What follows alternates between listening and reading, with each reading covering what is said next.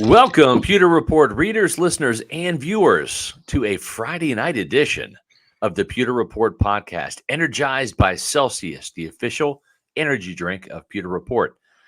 I am Scott Reynolds, and alongside me tonight is JC Allen, fellow Pewter reporter and participant out there in the media with Matt Matera, myself, watching Bucs rookie minicamps. We're going to wrap up day one and talk a little bit about what we're going to look for in day two. The Bucs' entire rookie class was out there. Some undrafted free agents of note were also out there, and we appreciate you, Pewter people, being out here with us tonight for a special Friday night edition of the Pewter Report podcast. Just so you know, Bucs rookie minicamp wraps up tomorrow, and we'll have another Pewter Report podcast tomorrow night, and that's also going to be at 7 o'clock. So day two, tomorrow night, JC Allen and Adam Slavon will be on. So looking forward to watching that episode there as I prepare for a trip to Colorado. Finally making it to Colorado, JC. Finally get out to Colorado, and you wouldn't have done it without Immune Financial. So that's exactly right. Props to them. Yes, exactly. So welcome, Pewter people. We've got a lot to discuss tonight because there's a lot of rookies out there, a lot of undrafted free agents as well.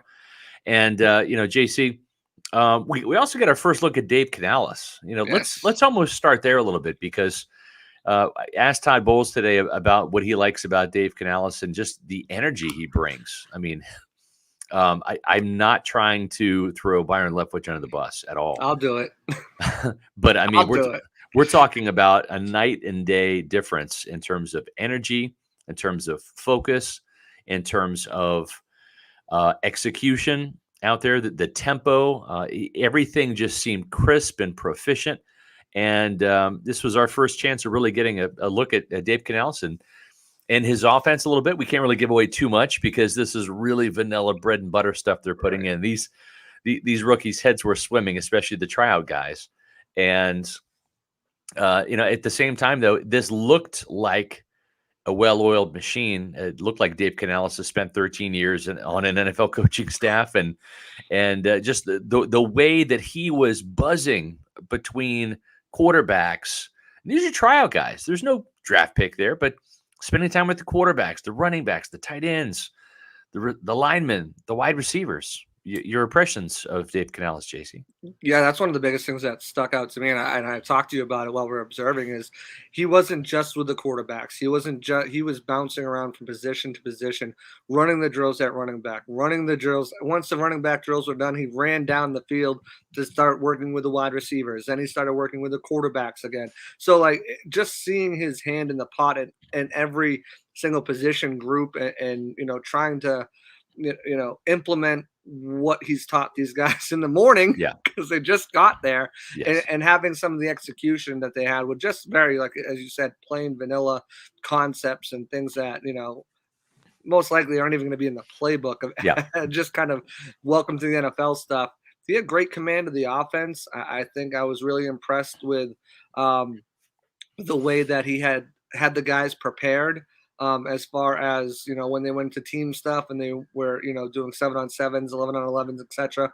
I count me as a fan. I'm a fan. I got a little bit of one-on-one time, and that just further, hyped me up and excited me for what this offense could look like, what he brings to the table, and what the changes that he's going to make as the new offensive coordinator. I'm all in on Dave Canalis.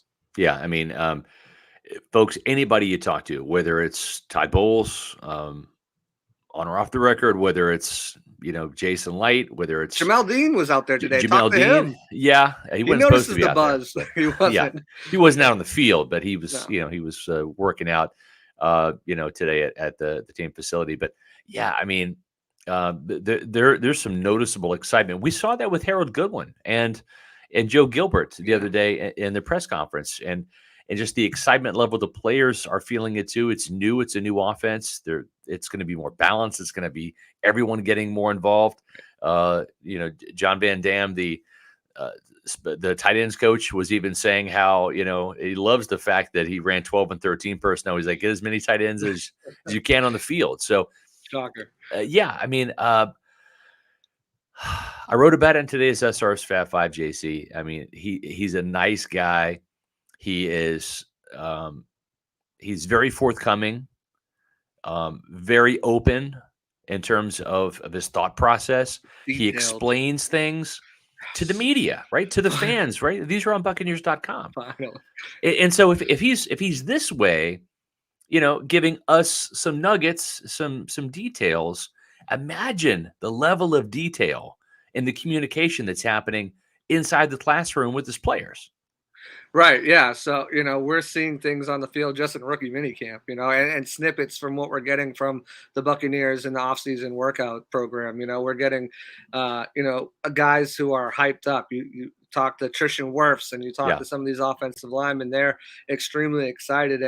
And the fact that Canalis isn't just, telling us that he sees stuff that we might not see, and he's explaining in detail. There's no fantasy football references yet from Dave Canalis. Goodness, and he's explaining his thought process. And I think one of the biggest things that really kind of pushed that narrative for me was Rick Stroud, who on Wednesday kind of really pushed that question of wouldn't it make sense to name a starter now?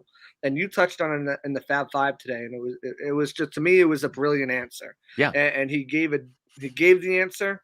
He gave a detailed answer, a reason why the thought process behind it. Process. I was like, whatever. Who is this guy? Right? Is this the offensive coordinator? Are they supposed to talk like this?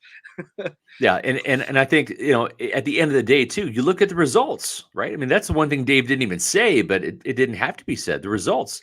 Right. Nobody picked Seattle to do anything last year after trading Russell Wilson and being left with Geno Smith, right? It's like the journeyman who hasn't really done squat in this league. 31 years old. Yeah, right. And he's making his first Pro Bowl, passing for 4,300 yards. Oh, and by the way, if you're concerned about this offense, it's going to take some time. Listen, there's some growing pains. We even saw that in 2002 when John Gruden came. They had to rely on the defense at the early part of the season. The offense didn't really click till probably the last third of the season and then to the playoffs. But Seattle last year, they had, first of all, they were the 10th ranked team in scoring, right, with 23 points per game, just about 24. So they put points on the board without Russell Wilson. They had a 4,000-yard passer. They had a 1,000-yard rusher with a rookie running back. A rookie, right. Kenneth Walker. And a pair of 1,000-yard wide receivers in DK Metcalf and Tyler Lockett, JC. And if we're taking wide receivers right now, give me Mike Evans and Chris Godwin over those two. Yeah, give me the Buccaneers line over the Seahawks line, who was starting two rookies last year. And that's always been the thing, too. A lot of people are like, the offensive line. Everyone talks about the Bucs offensive line. Russell Wilson was one of the guys who, if you believe the reports, was screaming for them to invest in the offensive line.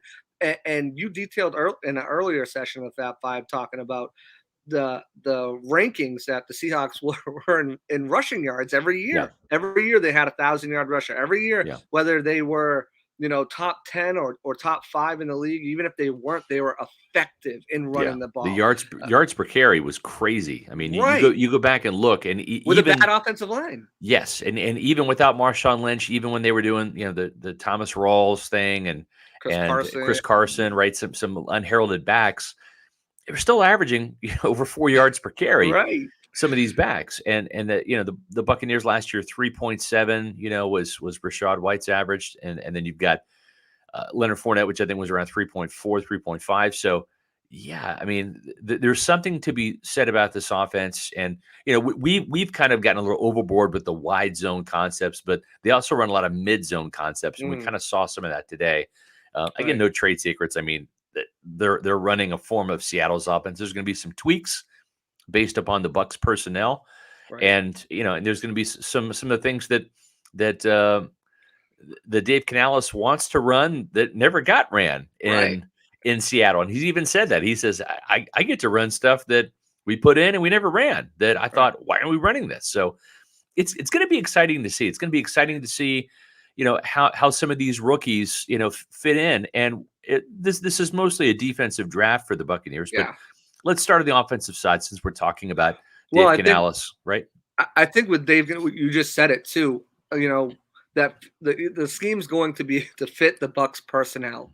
And that's so huge because if we look last year, Yeah. not so much 2020 and even 2021 to an extent, but last year it was trying to fit in offensive personnel that did not fit the system anymore. Right. And that's why there was so many shortcomings. I think it's funny too. You mentioned, the mid zone, the wide zone. Speaking to Coach Goody, and he was like, "We had it, we didn't call it." Yeah. And to me, that's a huge red flag on last season, because talking to some of the offensive linemen, and you have way more knowledge about the inner workings and the debacle that was going on inside the building, but talking to these linemen, they're like, we practiced stuff that we felt confident and we went to the coaches with stuff that we felt confident that against this team, against this look, we'll have Didn't get success with. run. Didn't And get it called. didn't call it. And you heard Goody, talking to Stroud at one point, and he said, I don't call the plays. We got them. I don't call them. So the fact that he's going to call plays that fit this personnel, and he's going to, and these guys are already, they know how to do it. A lot of them, they just never did it anyways. But yeah, I think that's going to be a huge part of this team's success on the offensive side of the ball. Yeah, we had a chance to talk to some of the rookies today. We'll get the other draft picks tomorrow. Cody Mauch was one of the players that we spoke with, and he looks the part, man. I mean, he's 6'5". He's kind of a Ryan Jensen clone, right? I mean, he's not quite as big as Jensen. Jensen's probably around 320. He's about 305 right now, but he's going to get bigger once he gets in the NFL strength and conditioning program. But Harold Goodwin's a big man. Okay, like that's Harold Goodwin right there. He was a former offensive lineman, I think, at Michigan, and played a little bit of pro ball. He's a big dude. You can see Cody Mauch. He's a big guy himself, and you're looking at a guy who's 6'5", 305, and I know that Shaq Mason was listed at 300, but boy, he looked like he was about 280, and 6 foot, 6'1". But this is a much bigger right guard, and the way the line is right now. Tristan Wirfs left tackle. This is in pencil, but this is the lineup that they want to see come to fruition. Tristan Wirfs at left tackle, 345 pounds, 330-pound Matt Filer, 320-pound Ryan Jensen, 305-pound Cody Mauch, and then about 315, maybe 320-pound Luke Gedeke at right tackle. Right. And that gives you all sorts of ability, because if you look at these guys, especially Wirfs, Gedeke, and Mauch, athleticism jumps off the page there. Yeah. And in this scheme, it's going to allow these guys to pull, get out in front on pulls, climb to the next level, use that athleticism, and that's the goal. But even if that doesn't come to fruition, you look at especially the interior of the line. The Bucs have numerous talented and experienced guys who have played games in the league that can start there until Cody Mauch's ready. Kind of like what happened with Al Kappa's rookie year. He sat out the first half of games, then got that half a year experience. Yeah.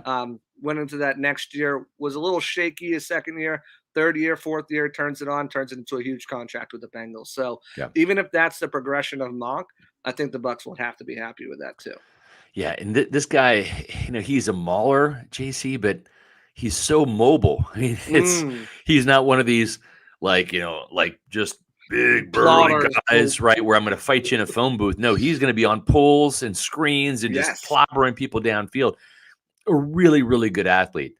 Sticking on the offensive side of the ball too, we saw that Cody Mauch passed the eyeball test, and you know what? When you look at Payne Durham, the tight end, he also kind of passed the eyeball test. I thought that he really, he's got a long wingspan. He's a big, long guy, 6'5", maybe close to 6'6", 255 pounds, and he's probably going to add 5-10 more pounds. When it's all said and done for him and his NFL lifting gets into effect. Wearing number 87, which he wore all the way through high school into college, and the reason why he wore it is because of Rob Gronkowski. Right. Yeah, and I think the the story of him getting back into football was pretty awesome. He lost a 3-point competition to one of the high school coaches over Yeah. there because he was playing lacrosse his freshman and junior year. He only had 1 year in high school as a football player since the 8th grade. And then obviously he gets that offer from Purdue, goes there, has the first 2 years to get adjusted to really getting to know the sport again. And Yeah. you saw the last 2 seasons, 101 touchdowns, 101 receptions, 14 touchdowns. Yeah. He's a big target, and that stands out right away when you see him. He's a guy who's going to pay attention to detail. He mentioned it himself. He's a leader, and he at this point, he's going to sit back but once he feels comfortable, once he gets that respect, he's going to, especially in a young tight end room, he's going to step up and be one of the leaders. He had a couple drops today. I'm not too worried about that, especially with the quarterbacks throwing the ball to him. Yeah. But you see his catch radius, you see the size of his hands. He's going to be a threat in the red zone, contested catches, and just a chain mover. I think in those short yard situations, he'll be able to break off the top of his route, create just enough separation to use that wingspan, use those strong hands of his, and reel in balls for first downs. I'm impressed by what I've seen so far, especially as a specimen, and his routes were pretty clean too. Oh yeah, I asked him about. He had a really famous, and you can even look it up on YouTube. He had a famous Senior Bowl catch where it was at the end of the Thursday practice, and he goes up and makes this leaping contested catch. He's not the fastest guy. He's like a 4.87 guy, right? But nobody really gets open unless you're, Kelsey or Kittle, going down the seam, maybe Hawkinson. Right. But he makes this leaping contested catch, goes up and gets his helmet knocked off by the DB, comes down with it, spikes the ball, Gives it a Cody Mauch to spike, actually. Yeah, that's right. He did. Yes, he gave it to Cody Mauch. And so I asked him, I said, was that a spectacular catch for you, or is that kind of routine? And he said, no, that's pretty much routine. He said, our position coach at Purdue said, in the end zone, you don't drop it. If you drop it, there's consequences, not just for you, but for the entire, sometimes the entire position group, sometimes the entire offense. So he said, I just learned not to drop him in the end zone. 21 touchdowns. That's a lot for a tight end in college. Yeah, absolutely. And you can see why, looking at his frame and his size and everything. I spoke to his Coach Wallace, who was at Purdue, who's now at Louisville. But he said early on, he realized, hey, as you said, I'm not Travis Kelsey. I'm not George Kittle. I'm going to have to find ways best for me to be able to make plays, create separation, and contested catch balls, and that's what you saw throughout his especially his final 2 years at Purdue, and I think that's what he brings. And Coach Van Dam said on Wednesday he was thrilled to have him at that at that spot. He thought he would have went way earlier, and of course, we Bucs best bet. So it's a guy that they targeted early on. Jason Light had to fight his ability. He still traded up for him, just give him a 7th, but had to fight that inner urge to trade up for a guy. And I think they got tremendous value where they got him. And again, these aren't guys.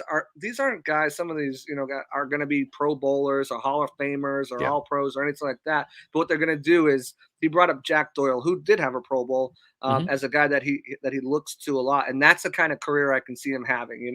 There's a 9-year career as a tight end. Maybe 1 year catches 10 touchdowns, maybe another year it's 3, but he's going to be a contributor on the offense in a variety of ways. Cam Brate was a hell of a red zone threat. I mean, had 8 touchdowns 1 year, 6, for a couple of other years. And this guy is more of an athletic version, a bigger, more athletic version of Cam Brate. Folks, I'm here in Wesley Chapel, Florida, and you're just down the road from me here in Lutz, and there's a hellacious thunderstorm coming. Yes. So if for some reason I go off the air, JC goes off the air, we'll try to get back on, but we could be losing power here. The sky it's getting dark. It's 7:20, but it's looking pretty nasty outside. So we'll hope for the best and hope we can give you another 20 minutes of this podcast here. But we would be remiss, if we didn't talk. We're talking about draft picks, right? And every morning I make my draft pick, and I pick a Celsius to start my day. Ooh. And why wouldn't I? It's the official energy drink of Pewter Report, and more importantly, it gets me going in the morning. I can't write stories, I can't proof stories, I can't crop pictures, I can't do interviews, I can't do anything until I've had a Celsius. And this morning I had the tropical vibe, but boy, that new Oasis vibe, the sparkling prickly pear and lime, it's one of my absolute favorites. It's a great afternoon drink for me because it's not as sweet. And that sparkling lemon lime is in that same vein. It's not terribly sweet. It's a great afternoon drink for me. It's a soda that starts with an S that you can get that's made by a certain company. That's what it tastes like, but it doesn't have any of that sugar, doesn't have any of that crap, and it gives you the energy you need. It's quickly becoming one of my favorite ones right there. But you can't go wrong with any of the flavors because they're all delicious and they all give you the energy that you need, whether it's a vibe, whether it's an OG flavor, whether it's one of these new flavors. Celsius is absolutely an essential part of my day. I know it's an essential part of your day to get us going and to keep us going throughout the day. It is. Where can you find these tasty essential energy drinks? Well, you can go to Celsius.com, click on the store locator, type in your address.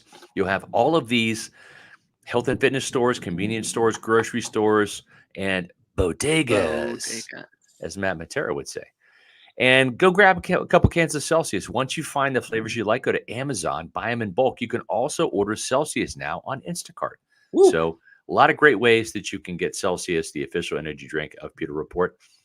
Let's continue on. Let's kind of wrap up the offensive side a little bit here. We're spending most of this time on the draft picks. We'll talk to him tomorrow. But Trey Palmer is a player. When I saw him today, and this is Trey Palmer with Brad Idzik. He is the new receivers coach, came with Dave Canalis from Seattle. And if the name Idzik sounds familiar for you old-time Bucs fans, that's John Idzik's son. John Idzik was Rich McKay's right-hand man, the Bucs capologist back in the day, kind of like what Mike Greenberg is to Jason Light. And this is his son, and was born and raised in Palm Harbor, Florida, so he's coming back home. And that's him with Trey Palmer, his latest toy, wide receiver, 4.33 speed guy, pretty good size. And I tell you, this kid looks smooth today. That's the word I kept writing down. Just a smooth operator at wide receiver. Yeah, I mean, you look at it, he can do a variety of things. I mean, you saw him stretch the field, which he did, and make some great catches. Again, we're talking about quarterbacks who are tryout players who aren't necessarily going to probably be on rosters and we be back working at wherever they got their degree or whatever. So there was a lot of low balls that he had to dig out of the ground. And I was very impressed by that. He had a one play where he boxed out, actually got up and boxed out the defender to bring the ball down. So I was very impressed by what I saw to Trey Palmer. Now, again, these guys are in helmets, shorts, and shirts. So let's not get too ahead of ourselves. This is just first impressions we're talking here. Right, exactly. First impressions. And he didn't look slow either, right? No, not at all. Not at all. I know a lot of people are comparing Scotty Miller. Obviously, he's wearing number 10, but I think he's going to be able to bring a lot to the offense, more than what Scotty could do. And I know Scotty, had trained, especially last year, to be able to do more things, and he just didn't have his number called. But I think Trey Palmer can not only stretch the field, but he can be an asset in other ways on the field as well, whether that's underneath routes, etc. A couple of sleeper receivers that they've signed as undrafted free agents, and this is a guy you like, Raheem Jarrett from Maryland. Yeah, Raheem Jarrett, again, smooth in and out of his breaks, made some tough catches. I really like what he brings to the table. He's another fast guy, bigger guy. They have Devin Tompkins and Kalen Geiger on the roster still, but these guys are a little bit bigger than them, and they can still move. So I'm excited for him. I thought Tay Barber stood out as well. He had some nice catches. He's another guy. A lot of people don't know this, but Tay Barber is top 5 and top 10 in receptions and yards at TCU. And they just put out Quentin Johnston and somebody, I forget the other draft pick. Darius Davis. Davis. Plus they've had 2 other first rounders, Jalen Rager, and I forget the other guy's name over the last 3 years. And he's still in that top 10 in school history. So when you got Raheem Jarrett, we're still trying to figure out how to pronounce it. And Tay Barber, as well as the next guy we're going to talk about, who I know you're excited about as well. Who's that? It'd be a little old Cade Warner there, Kurt Warner's son. So, I think Cade Warner today. They have a good trio of undrafted guys to pair with Trey Palmer and pair with the undrafted guys they had last year. The thing I like about Cade Warner is not just the fact that he went to Kansas State, and I saw him play and do really good things for the last 2 years for your Big 12 champion Wildcats. But Emaw, yeah, every man a Wildcat. But the thing that I keep coming back to when I look at him, and I trust me, I saw every Wildcat game over the last 2 years after he transferred from Nebraska.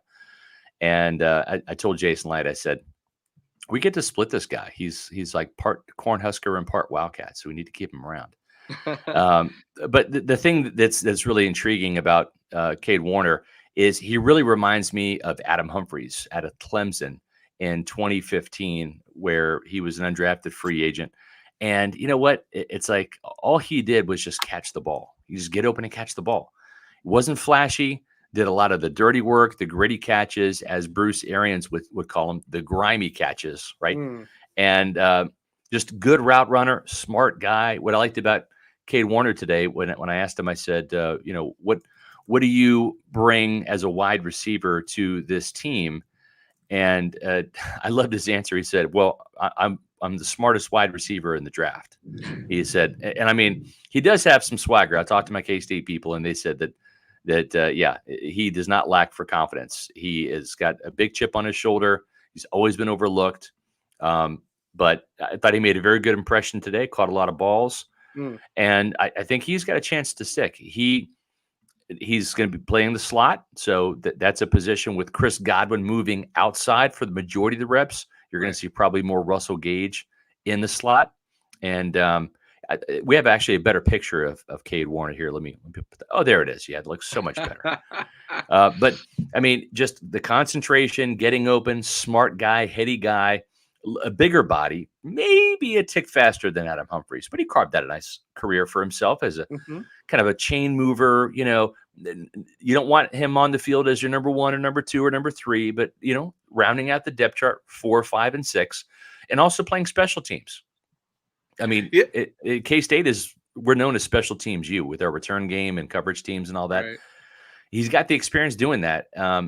If he makes this team, it's probably going to be as wide receiver 6. I think Raheem Jarrett, Devin Tompkins, there's some guys that are flashier, that have more speed. Obviously, Trey Palmer. But you know what? If this guy can not drop the ball and get open, he might be a wide receiver 6. Yeah, I think that's it. I mean, he's your classic possession guy, right? He's going to move the chains. He's going to find those voids in the zones, and he's going to be a quarterback's best friend.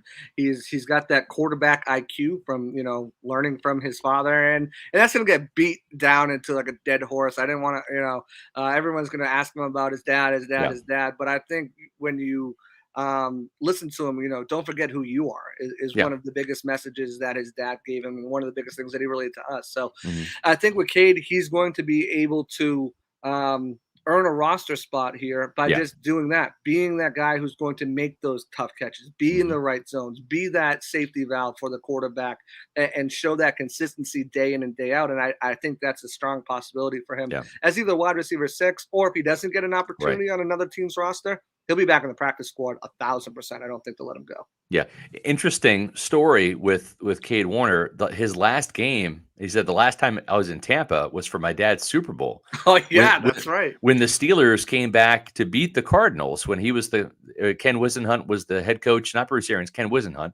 And Kurt Warner was the quarterback of the Cardinals, ending his career out there. And the Steelers came back to beat Kurt Warner and the Cardinals, and young Cade was there. It was not a great day. Interesting story about Kurt now is after Cade transferred from Nebraska to Kansas State, you would see Kurt Warner all the time with Brendan Warner at K-State games. And you know who else was there? Rondé Barber was there. Oh, yeah, that's right. Rondé Barber's daughter, Justice, is dating high school sweethearts with RJ Garcia from Tampa, who is a receiver I coached with the South Pasco Predators.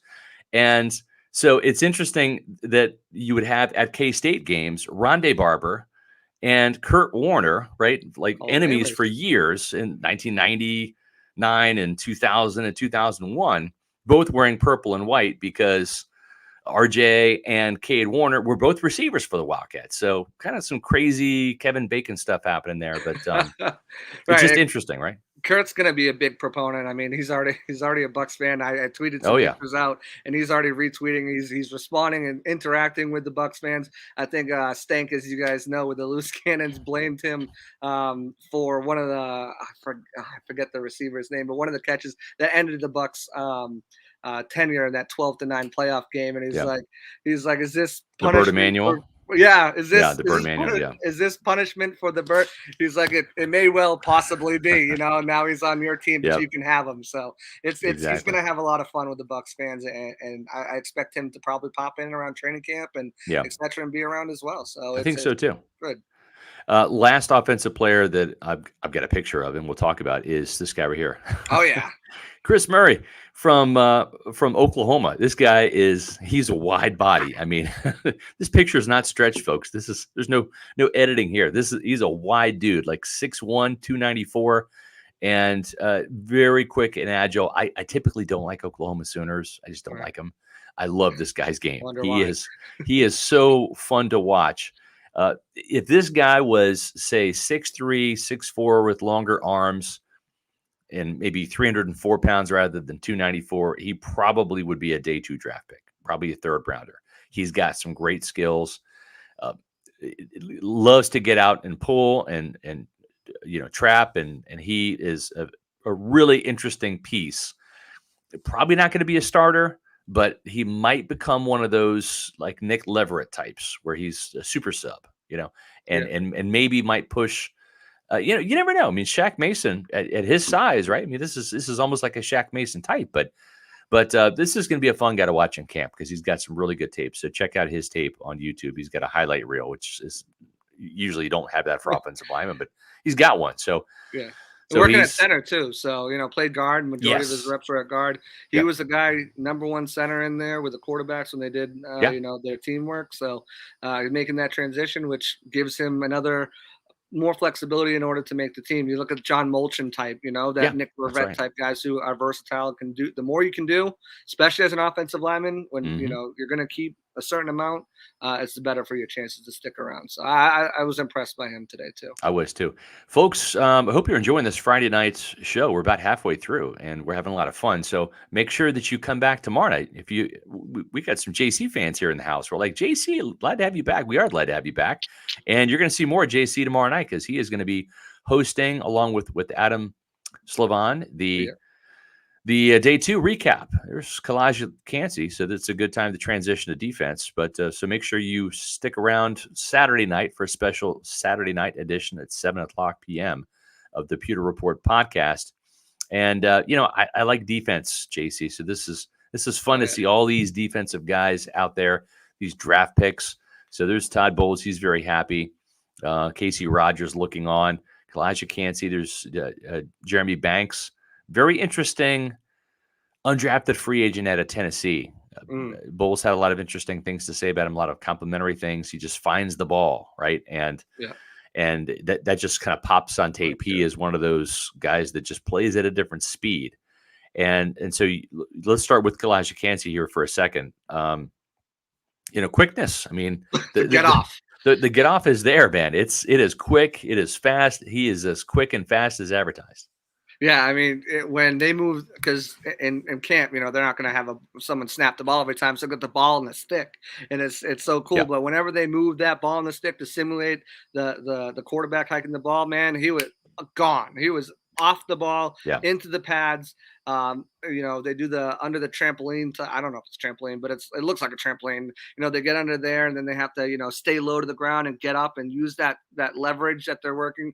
And every time you see, he is just quick off the ball. You can see, right there, he's got good strength to push the pads back. And I'm really excited to see what this guy can develop into and how they utilize him, because standing next to Vita Vea, these are going to be 2 different sized athletes.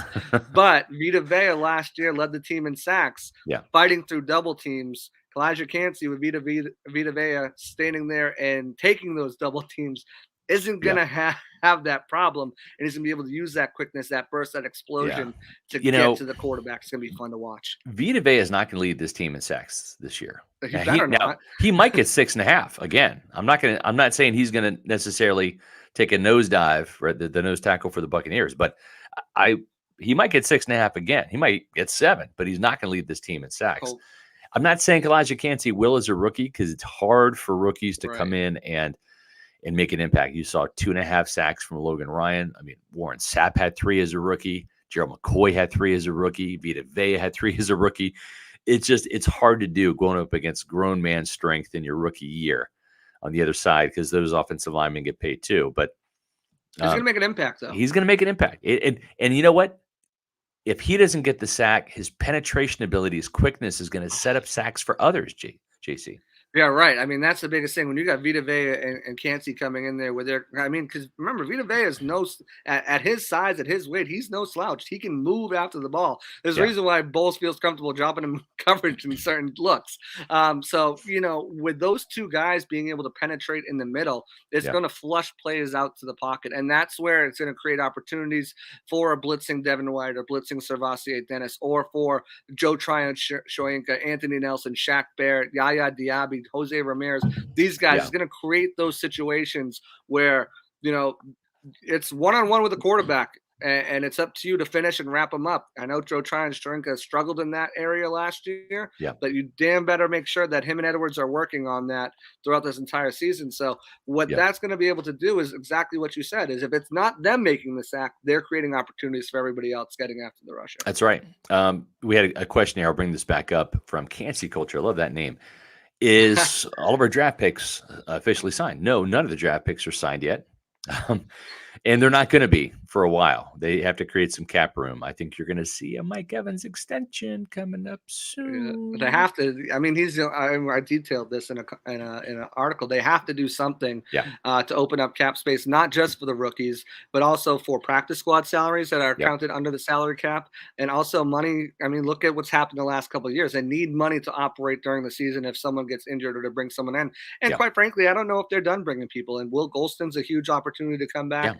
It was interesting because Kayvon Meriweather got 26, which was Logan Ryan's number, but I don't think that precludes him from possibly coming back if they feel like they need a veteran there for that slot or a nickel guy to come in. So they need to open up some money. They're not going to extend Devin White at this point. Shaq Barrett coming off an injury with his age. I don't think they touch that contract. And if they extend Wirfs, it's going to create a bigger cap hit. So Evans is the only play left, and whether that's an extension or restructure, you figure they're going to keep him around in the long term. Why push that money down the line into void years when you can just extend it and push it that way? So I agree. I think it's an extension, probably 2 or 3 years, probably around $60 million. I agree. And a couple of guys that you mentioned, Nate, we had a chance to talk to one of them. We'll get a chance to talk to the other tomorrow. 33 is Jose Ramirez, the last draft pick of the Buccaneers in the 6th round. And then number 0, call him Sub-Zero, like Mortal Kombat, Yaya Diaby. And boy, this guy passes the eyeball test. He's a big dude, and interesting journey to the NFL. I was actually working at Hartfield Airport in Atlanta for a bit. Went to Georgia Military College. Just kind of took a long path. I mean, he's what is he now? 32, 33 years old? No, he's not that old. But I mean, he's taken an interesting route to get here. But the most important year was last year, and that was 9 sacks at Louisville when he put it all together. And this kid's upside is special. You keep hearing the term heavy hands, speed to power, and I think it's the emphasis on power. He does have the speed. He's got 4.5 speed, which is insane for somebody 6'3", 263. But more importantly is just the power. And that was really documented very well in an article on Pewter Report. I'll drop it in the chat here while you give me your thoughts on Yaya Diaby. But the power that the Diaby plays with.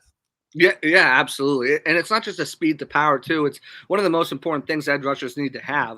And maybe Jose Ramirez has a little bit better of it, but he's got great bend, too. To be able to get down low, almost parallel with the ground and just escape those long arm tackles reaches. So, when you pair that with his speed to power ability, with his ability to get after the quarterback,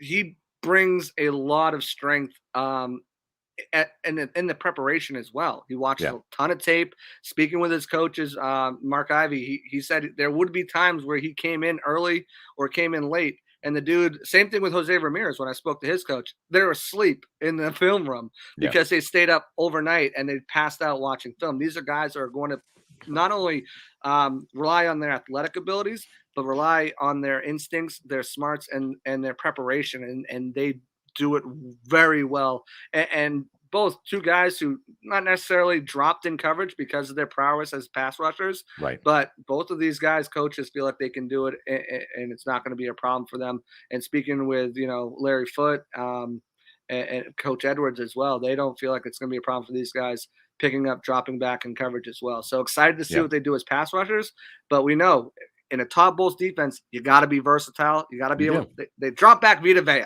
You got to be able to play in space as well. And these guys have the speed and athleticism to do so as well. Yeah. And, we would be remiss if we didn't talk about linebackers as well. And we know right now that Devin White is maybe he's changing his mind about holding out, but he hasn't been at the voluntary workouts, and nobody seems to be too concerned about that yet. We'll see if he ends up coming to the mandatory minicamp. If he doesn't, that could be an interesting sign of maybe a holdout for training camp looming, or maybe just trying to make a point with this, and then he shows up for camp. A lot of time between now and then. But one of the guys that made a big impact today might be my favorite player in this draft, Servassier Dennis, with an interception today, and actually a pick six in practice, and just a really heady player. Really stood out to me when I did his combine interview. Just cerebral guy. You can't play linebacker or safety for Todd Bowles if you're stupid. You just can't. You have to be a very intelligent guy. Bowles is a very intelligent guy, and he demands that from the guys that are the leaders on defense in terms of calling the defense, whether it's calling the coverages at the safety position or calling the entire defense at the middle linebacker position. Servassier Dennis is a player that started off at Pittsburgh playing the Mo linebacker spot, which is that weak side Levante David spot, and then worked his way to playing the Mike, and the entire defense ran through him last year at Pitt. The Pittsburgh defense, very similar to Tampa Bay's defense. It is pressure, it is attack, it is come at you, it is disrupt the quarterback. And I like the idea of having Servassier Dennis, who was number 7, now number 8, taking Calijah Cancey's number, right? Because Calijah Cancey was 8 at Pitt. Yeah.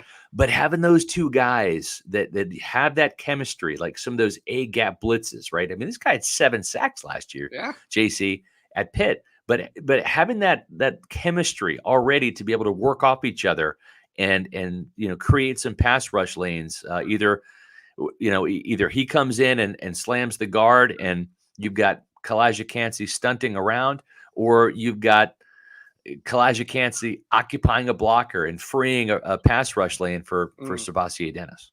Yeah, I think it's funny too. Like when we talked about Servassier Dennis, you bring up the pressures, right?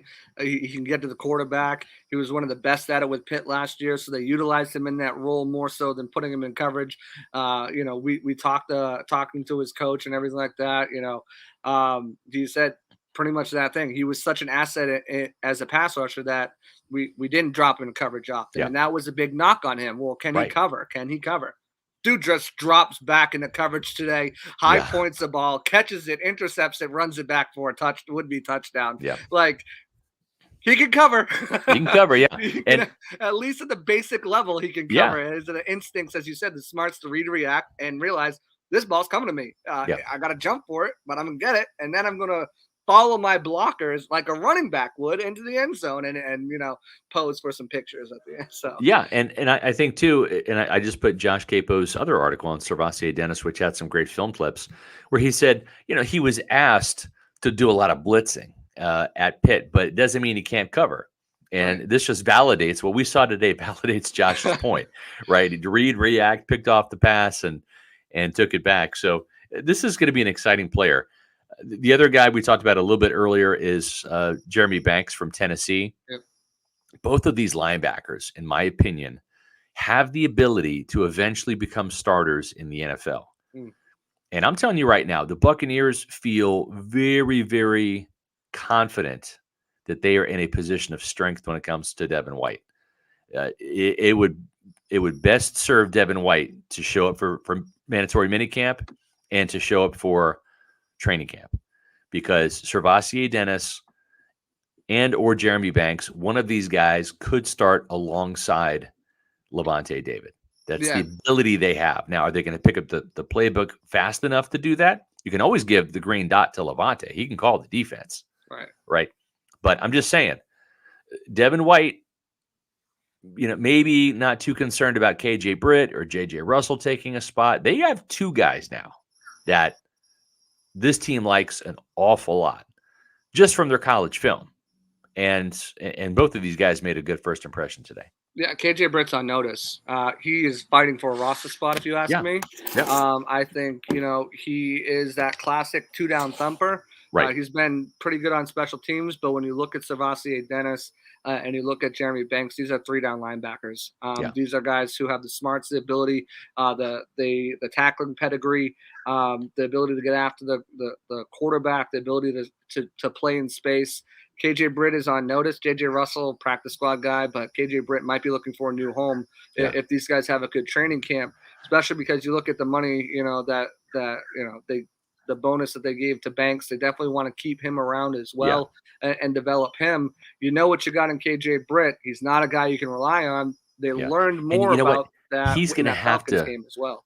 Yeah, he is going to have to really, really be the special teams ace. And he was a good special teamer last year, but he is going to have to really show out on special teams to solidify his job. And what was the first thing that they did today at the Bucs rookie minicamp? Special teams work. There's Servassier Dennis right next to Cade Warner. Both those guys played a lot. Even though they were starters, they played a lot on special teams. So they come ready to contribute on special teams. That was one of the reasons why they signed Warner as well, because he was a core special teamer at K-State, despite being a starter wide receiver as a senior. Dennis was starting PP. Yeah, personal protector. And that is the most important position on punts. It shows you got to have leadership ability and knowledge, and you have to be able to pick up, where the blitz, or I should say the rush, is coming from, and make essentially the line calls. If you have to slide protection a certain way. Right. Very cerebral guy, this Servassier Dennis. I guess we're going to be calling him Boss now. That's VOSS. That's kind of what his name is. But we'll find out that tomorrow for sure when we have a chance to interview him. But and then let's kind of round out some guys in the secondary here. One of Cade Warner's teammates, Josh Hayes from Kansas State, who also is a former teammate of Cody Mauch from their days at North Dakota State. Right. So there's an interesting connection there. North Dakota State is kind of like the Alabama of the FCS. They're just the national powerhouse. And their coach, Chris Kleiman, won 4 national championships there. He's kind of like the Nick Saban at the FCS level. And he was hired by Kansas State a couple years ago. And has obviously turned the Wildcat program, around. We beat TCU and won the Big 12 championship. And was looking for another guy to play that star safety position, that nickel slot guy. Exactly. And that's where Josh Hayes came into play. He played a couple years at North Dakota State, transferred to Virginia. It just didn't work out there. He becomes an impact starter for the Wildcats this year. And his speed jumps off the tape. He's a 4.4 guy that has some cornerback background. He was a cornerback, very physical guy, really good tackler at North Dakota State. And that's why it really didn't work out for Antoine Winfield Jr. in the slot, is because he was a safety at Minnesota with the Golden Gophers and just didn't have enough man coverage experience. And you just can't force feed a guy enough, even though they did in training camp a bunch. It just wasn't enough. And so here you have a guy, and I think he's going to be competing really with Chris Eisen, who is from Rutgers, kind of a Antoine Winfield clone, if you will, from a size and speed standpoint and a hitting standpoint. But Josh Hayes, this guy was a bit of a blur on the field. He's got some wheels. Yeah, he's got great closing speed. Talking to his coach is one of the things that stood out to me. Obviously, was his leadership. Surprise, surprise, the Bucs drafted guys with good character and good leadership abilities.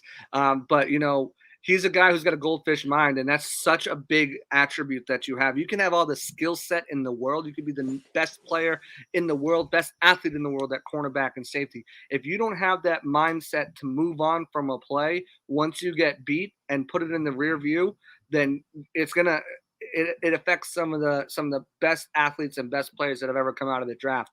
And he's got that in spades. And not only that, he infects that to the rest of his team, where some guys might get down and Coach Malone called it fall into the tank.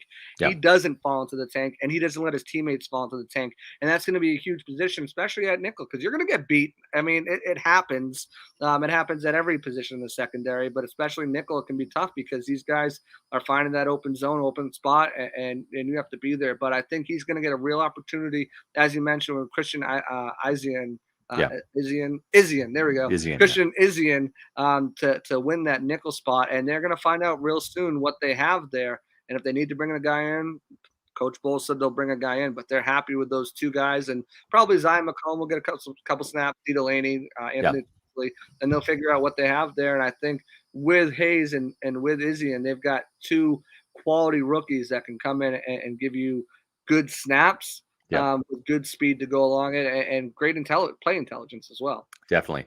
And some position versatility too. Right, Hayes can also play safety, and so can Izzy. And so it really kind of bolsters that safety room that was a little lacking prior to the draft. Right. Folks, if you notice this little crawling ticker here at the bottom, it says subscribe to our Pewter Report TV YouTube channel. We want you to do that. Thanks for joining us on this Friday night. Hit the like button. What that does helps our algorithm with YouTube. It helps us get our videos up on the search engines and in front of more awesome Pewter people like you guys. That's why we do this show. It's why we're up here Friday nights for you guys, giving you the scoop from Bucs rookie minicamp. And we would be remiss if we didn't round out the conversation with another defensive back. And Todd Bowles even talked about him today. And this is Kayvon Meriweather from Iowa. And you look at Iowa defensive backs, and they all have some common traits. They're physical, they're big, they like to hit, they make splash plays, and it's kind of surprising this guy wasn't a day 3 pick. Safeties, though, sometimes that's the position. Safeties and running backs, they kind of just slide out of the draft, though, JC. Yeah, I was surprised he wasn't drafted, even late in the draft. But I think, Meriweather, he didn't really he didn't stand out to me today, but that's because that's not his game, Scott. His game is when the pads come on, and that's when he stands out. When he's knocking, tight ends off the top of the route, when he's, bringing the lumber and laying people down. And I think that's when Meriweather is really going to stand out. Not to say he had there's the thunder. That's not to say that he had a bad first impression or anything like that.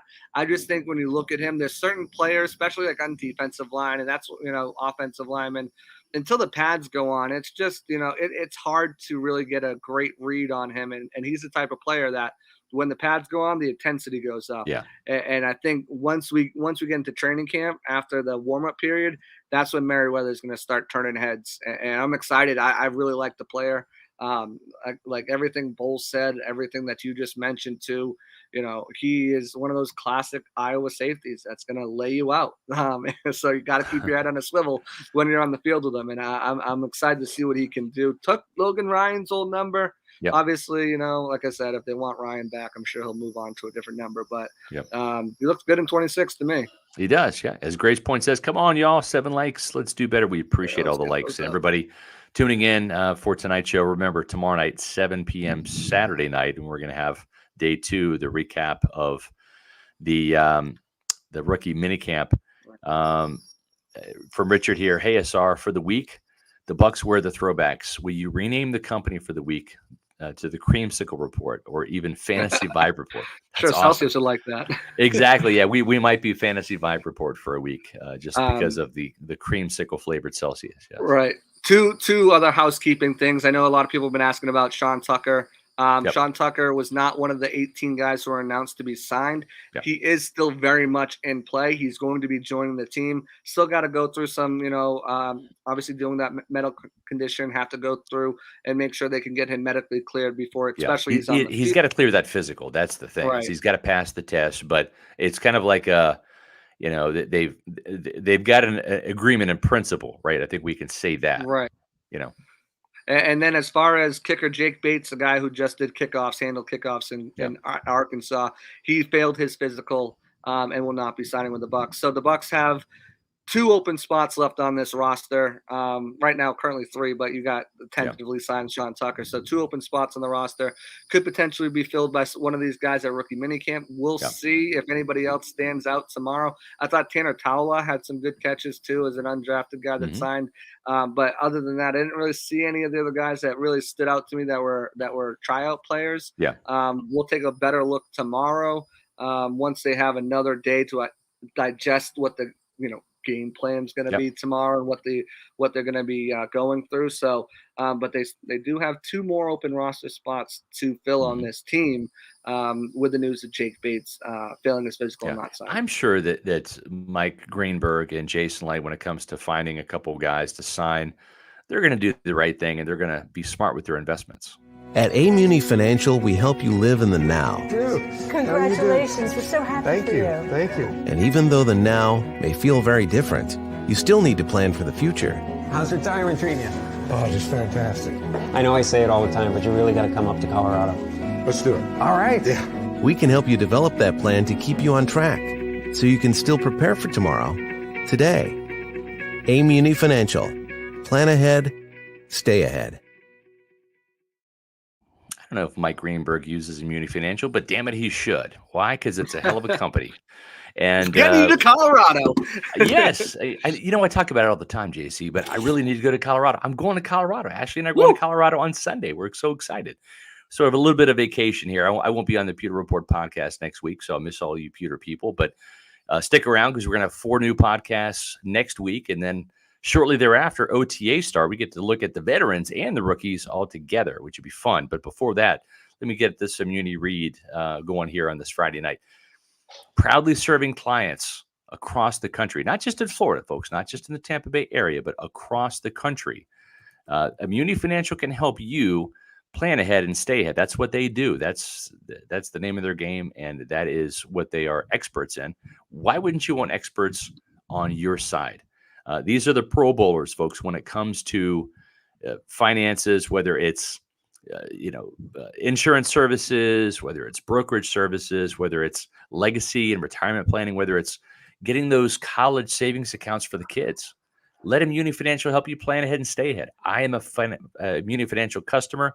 I highly recommend Muni Financial. Give them a call. Tell them Scott Reynolds from Pewter Report sent you. 1-800-868-6864.